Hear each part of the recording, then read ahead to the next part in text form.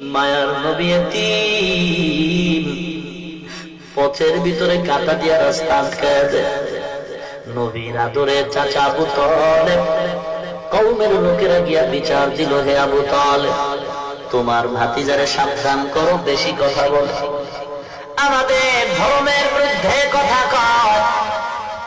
আবু তালেব আমার মায়ের নবীরে ডাকলেন, ভাতিজা, তুমি কেন আমাদের ধর্মের বিরুদ্ধে কথা বলো রে ভাতিজা, সাবধান, কেন তুমি আমাদের ধর্মের বিরুদ্ধে কথা বলো, জবাব দাও।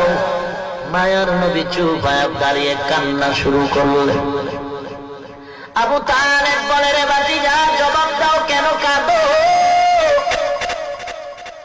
মায়ার নবী ডেকে বলেন, চাচা, কোন জবাব আমার হাতে নাই, কারণ আমার চিন্তা আমার আল্লাহ পাঠাইছেন হকের আওয়াজ দিব, বাতিলের সাথে মোকাবেলা করব, অন্যায়ের প্রতিবাদ করা আমার দায়িত্ব রে চাচা, কি জবাব দিব? জবাব আমার হাতে নাই।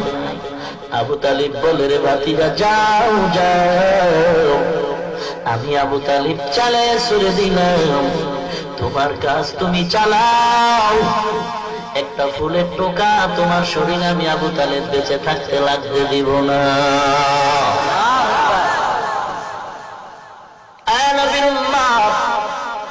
আল্লাহর নবী বলেন, হে উম্মত, দুটো জিনিস আমি তোমাদের মাঝে রেখে গেলাম, ভালো করে ধরো, যদি ধরে রাখতে পারো কোনো ভয় নাই, কোনো চিন্তা নাই, মুনাফিকের দল তোমার ঈমান কেড়ে নিতে পারবে না।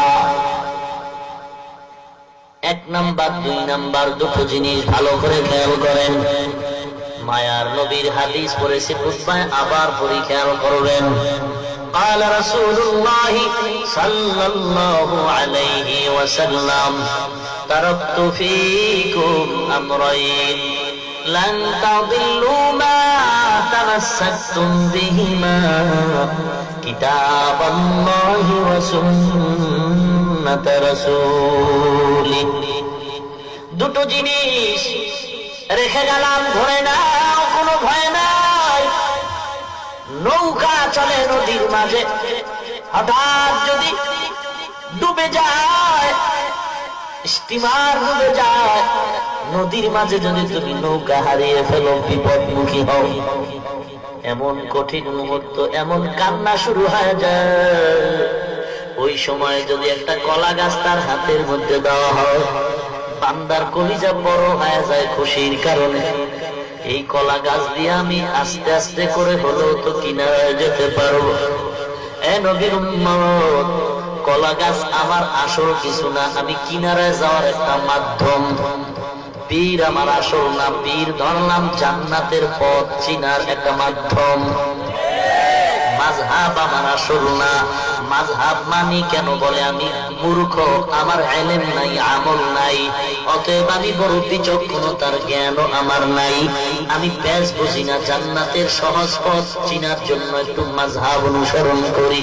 হে মুমিন, কারণ মন মতো জিন্দেগি চালানো যাবে না, মন মতো জীবন চালাইতে গিয়া কেউ নাজাতের রাস্তা খুঁজে পায় নাই, অতএব কারো না কারো মুরব্বি মেনে চলতে হবে। মুরব্বি ছাড়া যারা চলবে তারা জাহেলিয়াতের মতো ধ্বংস হয়ে যাবে। যার কোন মুরব্বির প্রয়োজন মনে করে না, ইবলিস কিন্তু মরে নাই, ওই ইবলিস এসে ওই বান্দার মুরব্বি হয়ে যায়।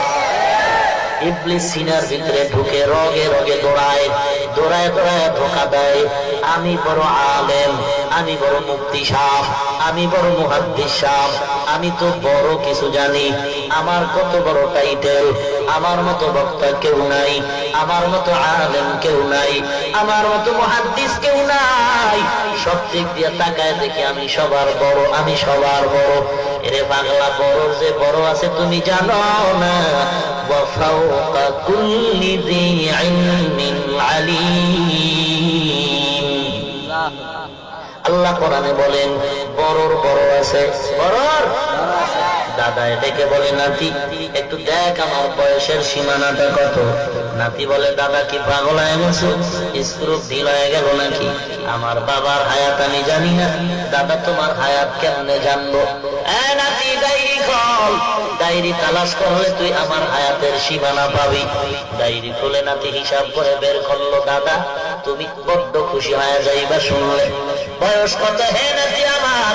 বলে, আমার বয়স 100 উপরে চলে গেল।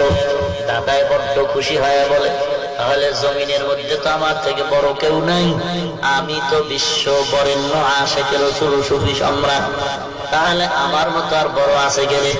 এখন দুনিয়াতে ঘুইরা একটু নাতি পুতিরে দেখা নেই, আমার সবাই ছোট, আমার মতো বড় কেউ নাই। চল নাতি চল। নাতির হাতটা ধরছে এক হাত দিয়া, আর এক হাতে একটা বেতের লাঠি নিয়ে। দাদাই পায়চারি করতেছে, হাঁটতেছে, গ্রাম ঘুরতেছে, আমার মতো বড় কেউ নাই, অতএব যারে দেখ উল্টা পাল্টা তারই আমার ভক্ত বানানো। হাঁটতে হাঁটতে মারেফতের খানকা বটগাছ তলায় হাজির। কিসের খানকা? মারেফতের খানকা। বলে কেন? বলে বটগাছে যেমন জ্বর, মারেফতওয়ালাদের চুলের ভিতরেও তেমন জ্বর। আর অধিকাংশ বটগাছের গোড়ায় আসর মিলায় দেখ বয় লাল শালু ভিন্দায়। কথা বলেন না কেন? দাদা নাতির নিয়ে বটগাছ তলা মারেফতের খানকায় গিয়ে দেখে রেড সিগন্যাল।